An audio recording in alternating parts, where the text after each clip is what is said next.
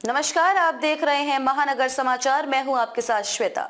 तो चलिए रुक करते हैं आज की बड़ी और प्रमुख खबर पर। केंद्रीय एजेंसियों के दुरुपयोग, नीट और अग्निपथ पर संसद में टकराव के आसार, विपक्ष करेगा धरना प्रदर्शन। 2 दिन के अवकाश के बाद सोमवार से शुरू हो रहे लोकसभा सत्र में फिर टकराव के आसार हैं। केंद्रीय एजेंसियों के दुरुपयोग, नीट और अग्निपथ जैसे मुद्दों को लेकर विपक्ष सरकार को घेरेगा। विपक्ष ने जहां सोमवार को केंद्रीय जांच एजेंसियों के कथित दुरुपयोग मामले में संसद भवन परिसर में विरोध प्रदर्शन करने का फैसला किया है, वहीं सरकार ने साफ कर दिया कि वह विपक्ष की नीट में अनियमितता मामले में पहले चर्चा कराने की मांग स्वीकार नहीं करेगी। गौरतलब है कि पहले सत्र में शपथ ग्रहण के साथ ही सरकार और विपक्ष के बीच तकरार शुरू हो गई थी। शपथ ग्रहण पूरा होते ही सरकार और विपक्ष के बीच संविधान बचाओ बनाम आपातकाल की जंग शुरू हो गई।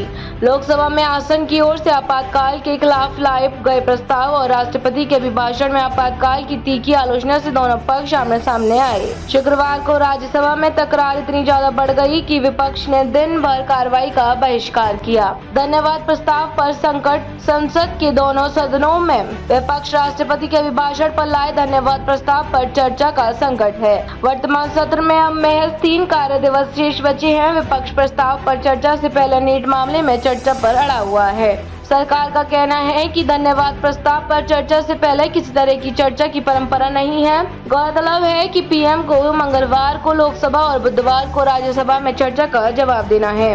दोनों पक्ष बनाएंगे रणनीति। सोमवार को कार्यवाही शुरू होने से पहले विपक्षी इंडिया ब्लॉक में शामिल दल और सरकार अलग अलग बैठक करेंगे। इसी बैठक में विपक्ष तय करेगा कि वह सरकार का धन्यवाद प्रस्ताव पर चर्चा को स्वीकार करे या फिर नीट मामले में पहले चर्चा की मांग पर अड़ा रहे। हालांकि इस मामले में सरकार का रुख स्पष्ट है। सरकार के सूत्रों का कहना है कि वह धन्यवाद प्रस्ताव पर चर्चा से पहले किसी विषय पर चर्चा की मांग स्वीकार नहीं करेगी। डिप्टी स्पीकर के लिए 2-2 हाथ की तैयारी में विपक्ष। विपक्षी गठबंधन में शामिल दल लोकसभा स्पीकर पद के बाद अब डिप्टी स्पीकर के पद के लिए मोदी सरकार से 2-2 हाथ करने की तैयारी में है। स्पीकर पद के चुनाव में हालांकि अंतिम समय में विपक्ष ने मत विभाजन की मांग से दूरी बना ली थी, मगर इस पद के लिए उसकी तैयारी मत विभाजन की मांग कर शक्ति परीक्षण कराने की है। चुनाव लड़ने पर कांग्रेस, सपा और टीएमसी में सहमति बन चुकी है। गौरतलब है कि बजट सत्र जुलाई महीने के अंतिम सप्ताह में होगा। इसी सत्र में डिप्टी स्पीकर का नाम तय किया जाएगा। टीएमसी सूत्रों के मुताबिक पार्टी की मुखिया ममता बनर्जी ने इस पद के लिए फैजाबाद के सांसद अवधेश प्रसाद को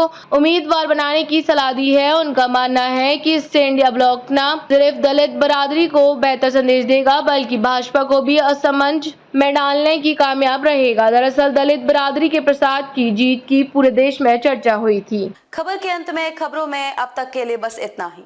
फिर होगी आपसे मुलाकात ऐसी ही बड़ी किसी खास खबर के साथ। तब तक के लिए नमस्कार और देखते रहिए महानगर समाचार।